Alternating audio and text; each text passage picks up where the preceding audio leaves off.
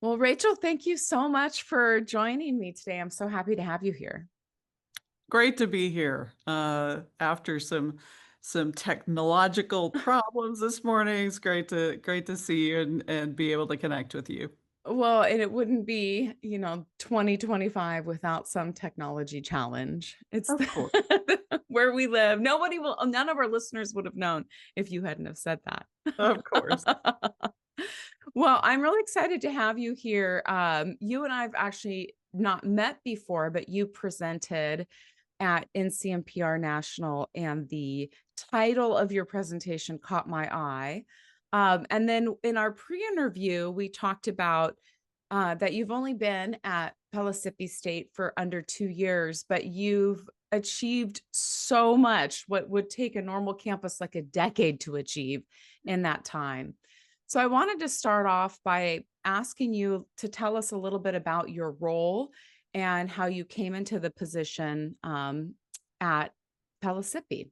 Sure, sure. Well, I think, understanding my background in print media kind of puts everything into perspective for what I do and how I roll. I was a print news reporter for a local daily in Indiana for 6 years through college, and then after college. Shortly after that, raised some kids and took some time off, but came back to the profession as a instructor of journalism at the college where I had graduated. Um, Many years in student media background, so I advised student newspapers and student news organizations and hopped in and out of communications offices. So at Indiana State, I was in their communications and marketing office, also advising student media. Came to Tennessee as the student media advisor for the University of Tennessee student media operations. Left that, went into communications and marketing again at the University of Tennessee in the College of Law, and then hopped over to Pellissippi in the last couple of years. So my background really troubleshooting students' problems in newsrooms, and then really holding down the fort in communication and marketing efforts at the College of Law at the University of Tennessee established who I am and how I work within the framework here at Pellissippi State. I think my people here that I oversee would tell you they were concerned when I came in because I knew how to do their jobs, because I had done so much of that kind of work. So I think I come to this position with a background in a lot of areas that my office supports. So I know how my what kinds of challenges my people are facing. Yeah, I was going to say, I think that gives you such insight into how each different person in your department's feeling and the overwhelm I think they were feeling when you came in. Right. And in fact, the title of your NCMPR um, presentation really came from something that one of your designers said, right? Yes, Yeah. yes. So, one of the frustrations that he had, and he voiced pretty quickly in my role here, I feel like a Subway sandwich shop. They just come in and they place their orders, and some of them want pepperoni with pickles and ranch dressing, and some of them really want that beautiful tuna salad sandwich, but we just have to give them whatever it is they want. And that's where we kind of started talking about, but do you really? So that's what kind of drove the background and the inspiration for that session that I offered at NCMPR. Yeah, and really, I think your point is, I mean, when you're the Subway shop model, you are an order taker, right? You're Yes. you're taking orders, and however they want their sandwich, you're going to make it, right? Right. You're not the professional sandwich maker that knows these ingredients go together and these should never be on a sandwich at the same time. You're just responding to the needs of the masses and giving them whatever they ask for. And sometimes it corresponds with the philosophy of your institution, and sometimes it does not. And sometimes we deliver them what we would consider big messes of a flyer that has all the bells and whistles they wanted, but really isn't good marketing. Yeah, and I think too when you are this Subway sandwich shop model, the focus is on speed, right? Like how Yes, quickly can you get things done, not whether is this strategic, is this working, does this absolutely, taste good? absolutely, Are and these that high quality ingredients? and we Are we had a just lot making a 6.99 sandwich here? we Yeah. had a lot of tuna pepperoni with peppers and pickles. So Yuck. yeah, yeah. So So when you came in, how did you change the focus from being this like just production house to being more strategic? What was that like? So, one of the things that really was important to me was to sort of regain some focus for our office. I think the folks that had been here, a lot of them, lots of really great folks that preceded me in this role, and I don't mean any disrespect to them in any way. Um, but lots of them had been doing this for a while and kind of gotten a rut. So I think that that idea of just get the work done, give people what they want, and don't argue about it was kind of the framework that developed by maybe by mistake, but that's where they found themselves. And so my talks early with my staff was, what's important to us? What are the areas that we really need to focus on? And they sometimes were lost in that conversation, didn't, hadn't really held on to marketing from that perspective for a long time. So we really took a hard look at what's the college's mission statement. If in the absence of any other direction, what does the mission statement say that we do?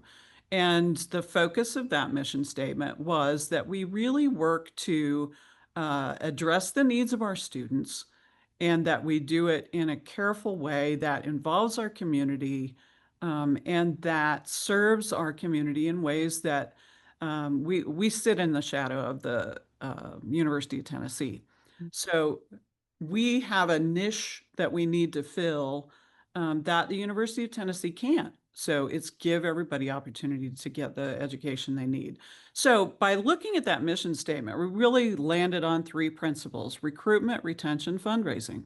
So those are the priorities for our office: recruitment, retention, fundraising. And if our folks aren't doing work that aligns with those three precepts, then we had to have hard conversations with our client colleagues and say, look, these aren't going to be priorities for us. These are what we need to focus on.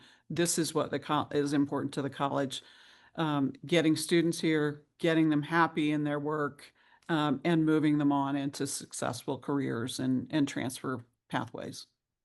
And how did people on campus take it when you made this like strategic shift? Was it difficult to say no? Or I think Yeah. there's a big fear at a lot of colleges about saying no. Yeah, I that exists still with some of my group. We'll have our weekly meetings, and my folks will say, well, I know we're not supposed to, but I did this for this, and you know, by I still have to remind them by doing those things in the old ways, we're not going to move ourselves forward, and we're going to stay in that rut. So it's really best to learn to say no. And saying no, we have hard conversations. We have folks around the table. I try to get folks in and say, look, tell us again what you want. And lots of times through those conversations, what they think they want is not really what they want. Um, and so we can turn more toward a common strategy that suits all of us and gets the materials looking better. That's great. Yeah, I think that's people in marketing and communication tend, they love people. They want to please. Like that's kind of the personality I see a lot of is, the Absolutely. yeah, so Absolutely. it's hard to say no, but having this framework at least at the very least, I would imagine would help you prioritize. Absolutely. So Yeah. even if you can't say no, you at least can give whatever needs more priority, that space in your workflow, without That's trying to true. jam everything in, because not Yeah. everything is top priority, frankly. Exactly, Yeah. exactly. So the teddy bear fundraiser that the HR staff really feel passionate about at Christmas time is it recruitment retention fundraising? And if we have time that we're not focusing our efforts on those recruitment retention fundraising goals and products, then yeah, we can help you. But if that is a priority for you, it's not necessarily a priority for the college. And here we have an alternative for you. And I could talk to you about some of those alternatives we created too. Yeah, I would love to know. So I was going to say, one of the things that I've always loved is saying like, no, no, but like, here is a solution, right? We may not be able to do this for you, but here's something you can do. So what are some of those things that you have developed or created to help departments or people on campus that maybe can't use your services? Yeah, so templates really have become a tool for us to say to folks, we can't, but here's an alternative for you. And those templates have taken off. We're flyer happy here at our college. What is with colleges and flyers? Everybody loves a flyer. Everybody loves a good flyer on a Yeah. bulletin board. And so, and let me give you a little history here of the college too that will help with context of this. So right after COVID, we went through a ransomware attack, Mm. and that wiped out our website, Oh, wiped out no. so much of our history of our school. And so people were just trying to promote things like the Department of Admissions and Disability Services with flyers. Students would come, our poor students back several years ago would come to our orientation and they get handed thousands of flyers to promote the different organizations because the website had not caught up with where it was before the ransomware attack. Right. And so that put different demands on our offices, on our office, which I think also kind of sent us down this bad road of the Subway sandwich model. Um, just tell us what you need and we'll give it to you. So back to the tools. So we created some tools for our folks to use that really are like certificates, nameplates for your office doors, because who knows what those are going to look like across campuses. Uh, the flyer, just standard flyer template, and in creating those, we gave them flexible areas within the text, but created the rest of the framework so they couldn't mess with our logo, they couldn't mess with the things that we knew we wanted to have on those flyers, and we're still working through those. Our best efforts, we first created a Word version, didn't work because it broke the formatting. Then we Mm. created an editable PDF. It's better, still not the best. But what I want to work into is a campus-wide Canva subscription so that we can create those templates and people Right. can still have something that looks professional with minimal expertise in design for Right. those who may not know how to do that. So we're still developing those tools. We have a new graphic designer on board that's going to share some of the weight of that. So that's really going to be a focus for us in the next few months. Oh, great. I want to talk to you a little bit about just changing your campus culture and how that has helped or hindered your progress. But first, let's take let's hear a little bit from our sponsor. How do higher education decision makers find the right solution when technology evolves at light speed? Well, we usually start with our network. EdTech Connect is the network that's democratizing the higher ed technology conversation. EdTech Connect is free, so anyone with a .edu email address can sign up and list the software and services they use in their role at their school. Once you're in, you can find out what solutions similar schools are doing all over the country. Whether you're looking to find the hot new AI tool, or maybe learn options you have to upgrade your campus search engine, or even get to your short list of marketing solution vendors, EdTech Connect is the place to go. So visit edtechconnect.com and set up your free profile to get a pulse for what's happening with higher ed technology today. All right. So before the break, we were talking about the templates that you had made that has really kind of helped departments that you can't assist in the timing that they need it, develop their own material and still be on brand. But I envision that this, especially with the ransomware attack and everything that was going on, this shift from this Subway sandwich, let's get it done, let's give people what they want, to kind of empowering them to help themselves when it doesn't fall within the strategic goals of the campus was a big change. I mean, that's a culture change both for your department and for your campus. How did you still maintain trust in your department? How did you not have people mad at you? I think when I talk to colleges, I hear a lot like they're afraid that if they don't help X, Y, and Z faculty or this department, that the trust will be lost or Yeah. people Yeah. won't like them anymore. Like how have you dealt with that? Well, there have been some tough conversations. So we had, within one of our departments, they had adopted an acronym for their department, APE, Audio Production Engineering. Okay.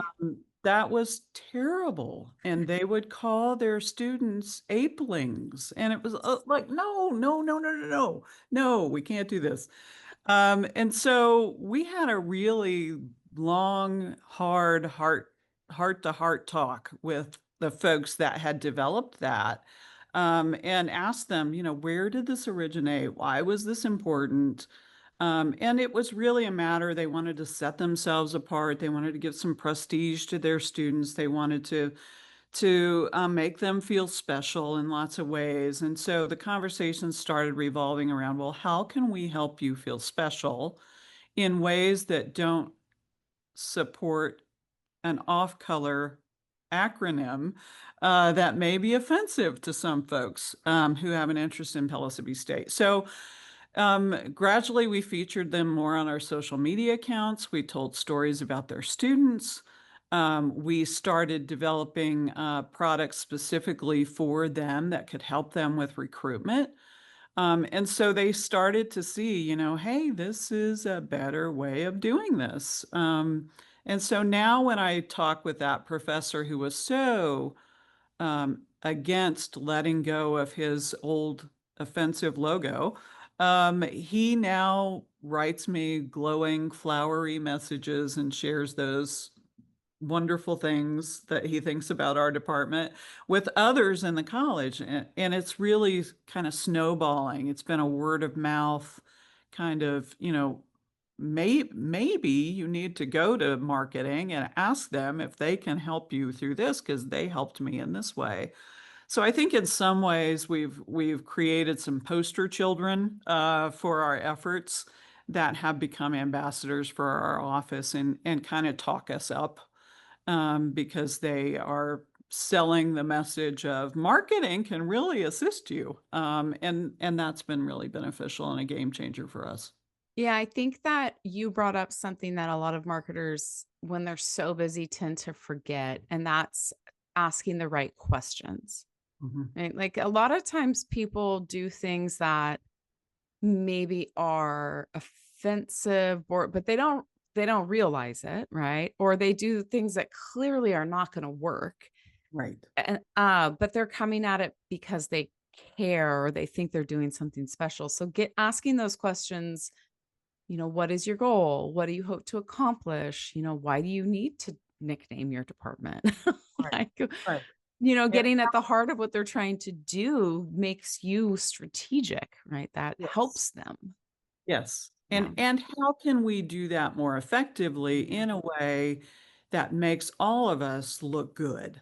Uh, Yes. that's the thing that I think, and let me backtrack. So we did a rebranding pretty early on in my history and created a new logo for the college.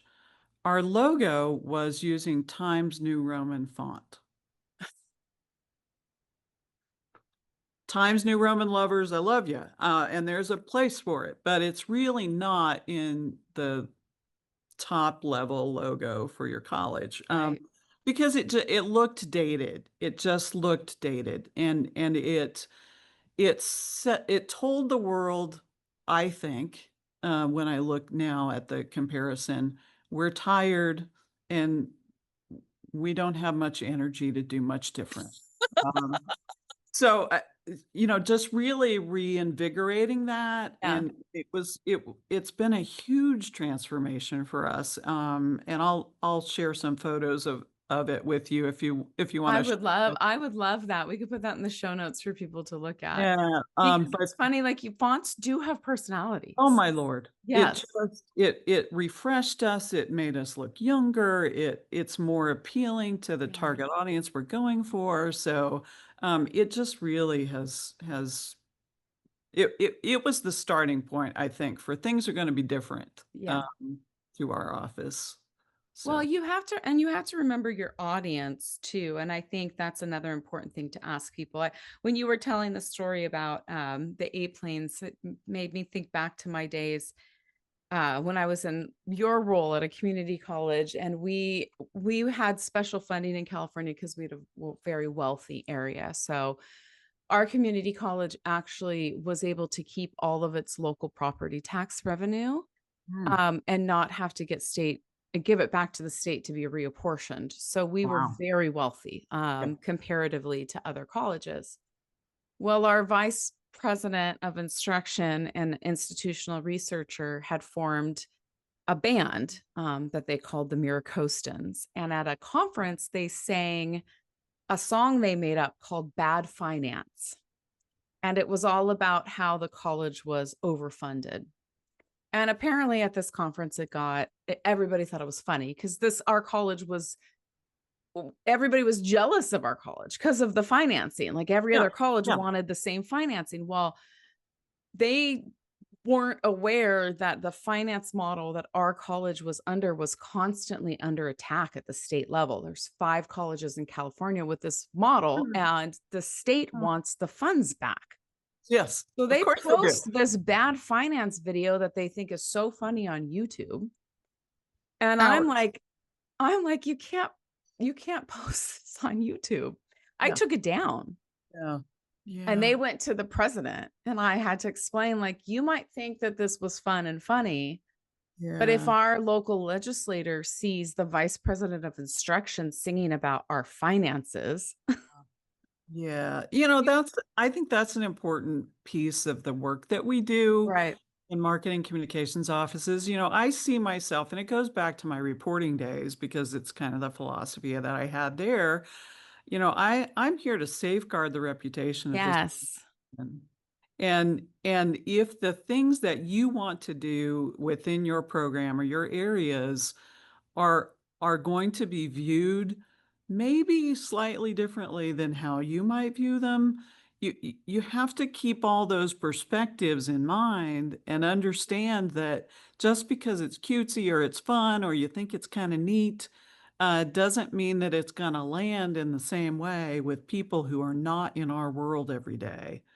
And I take pretty seriously that role of, I need to leave this place better than I found it.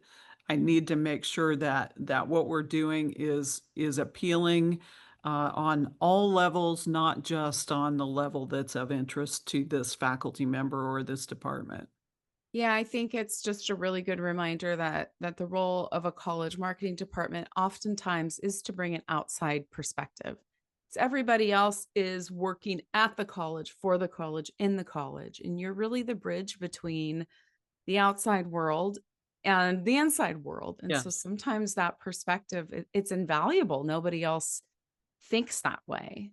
Mhm. And you have an obligation to say something like, Right. this isn't going to land. Right. Let's take a Right. step back.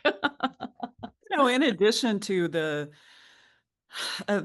things that you have to face as the head marketing person for a college with in dealing with, problematic professors who may Mhm. go off the rails on social media or, all of the crisis communication moments that you can have. I think you have to keep those in mind as you're moving forward and try to focus on how to keep us in the best light with our community.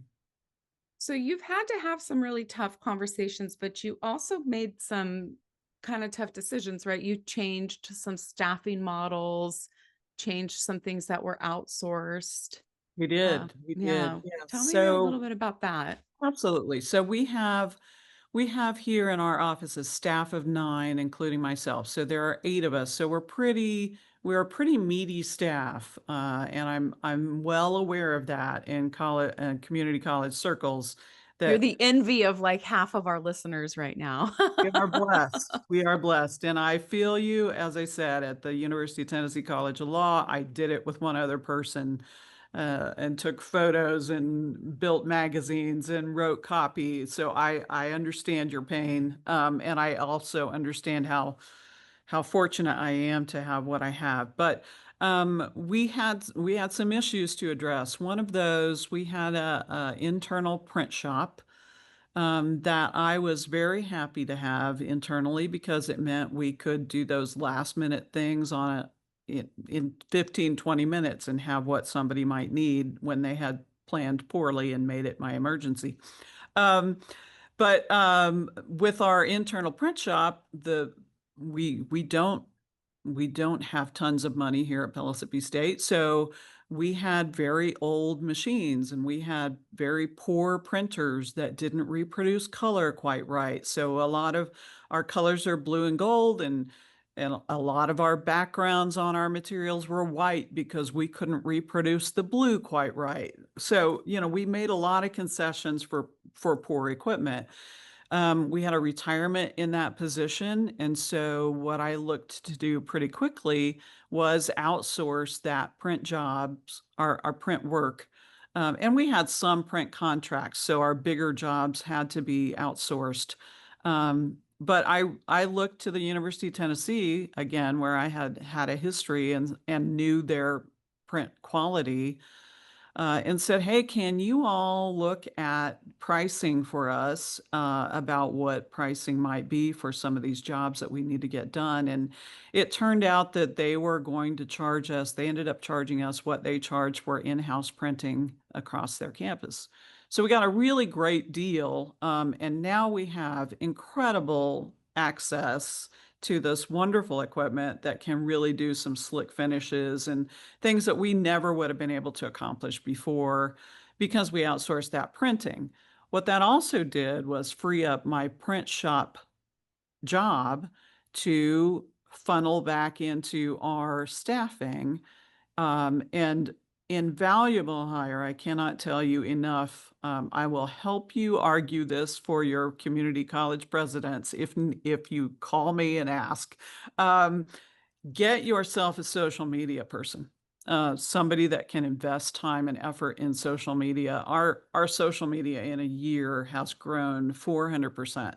I mean, Wow. it's amazing, the analytics. It's also a thing of beauty to be able to show month-end reports to bosses that show extraordinary growth in social media, which is where our student recruits are living. Yeah. So it's so much better than the advertising dollar to get some organic traffic through social media. Well, and then, well, and even if you go back to the strategic goals you have with fundraising, retention, and recruitment, like social media hits all three of those, where printing, that's a more difficult argument to make. So that framework, I think, has really set you up to make some of these decisions. Yes. Yeah, for Yes. sure. I, There's going to be a lot of retirements in upcoming years. So in the last couple of minutes we have together, I was hoping, you being relatively new to the position and all that you've been able to accomplish, what advice would you give to someone who's looking to step in to this role? I think I see, even our clients, over half of them are planning to retire in the next 2 years. There's going to be a lot of opportunities and opportunities to change the way that things have been done traditionally. right. What advice would you give to someone who's looking to step into this position? Yeah. Well, as I outlined earlier, I think my varied experience through lots of different areas of media. I could have started my career as a writer and still be writing and end my career as a writer.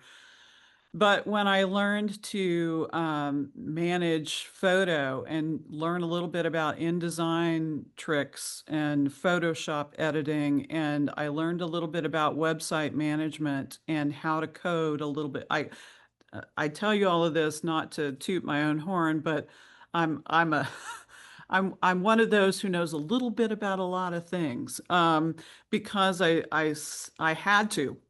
It was fight or flight in some situations to learn the work of how to do website management. And if I didn't learn those things, then my area was going to suffer. So back to your original question, learn as much as you can about all of the things that we do. Take photos. Learn how in the last couple of days we've decided here at the college that we're going to move towards SharePoint for our intranet. I didn't know much about SharePoint. I've watched hundreds of hours now of SharePoint and how to create a SharePoint site so that I can be a key person in that intranet charge that's important to my college. So learn as much as you can about everything that we do. If you don't know how to record audio for podcasts, dip your toe into it and figure it out. If you don't know how to set up your system so that when the podcast lady calls to get it started, run out too. But I think just learning the technology is the best thing that you can do to make yourself well-rounded in this profession. I think that's great advice. And that's one of the things that I love the most about marketing as a profession is you're always learning. I mean, It's just always when you different. figure something out, new technology comes, Yes. right? It's always learning. And I Yes. think that's great advice. I know one of the things I did early in my career was get a certificate from my college in graphic design, just 3 classes. I just did InDesign, Photoshop, and Illustrator. And I am not a graphic designer, but earning that certificate gave me such insight into what our designers did. Like I could supervise them so much better and be a better colleague and boss because I got what they had to do. I understood it. So, Exactly. yeah. And I would say for those folks who, don't know how to dip their toe into that, ask your boss if you can tag along, Yeah. ask your designer if you can sit with them a bit. Ask your, photographer if you can go out on the shoot with them, carry their equipment for a day, just get yourself exposed to some of those areas and you find yourself in the thick of it. And by golly, you got to sink or swim. And I always am one that's determined to swim no matter what. So, Well, Rachel, it's been so much fun to talk to you. well, thank you. It's been And congratulations on moving past being a Subway sandwich shop. knock on wood. Where's the wood? Yes, I hope we are moving past that and can stay firmly in the past. But And I know you're active on LinkedIn and you made a generous offer to talk to people about um, your college and your staffing. And I know people can probably connect with you on LinkedIn. absolutely, absolutely. Pellissippi State to pstcc.edu is where you can find more about our little college. And I am available through that website. You can find us if you take a look for the marketing folks. You'll find me there and can connect that way too. Great. Well, thank you again. Absolutely. Glad to do it. Thank you.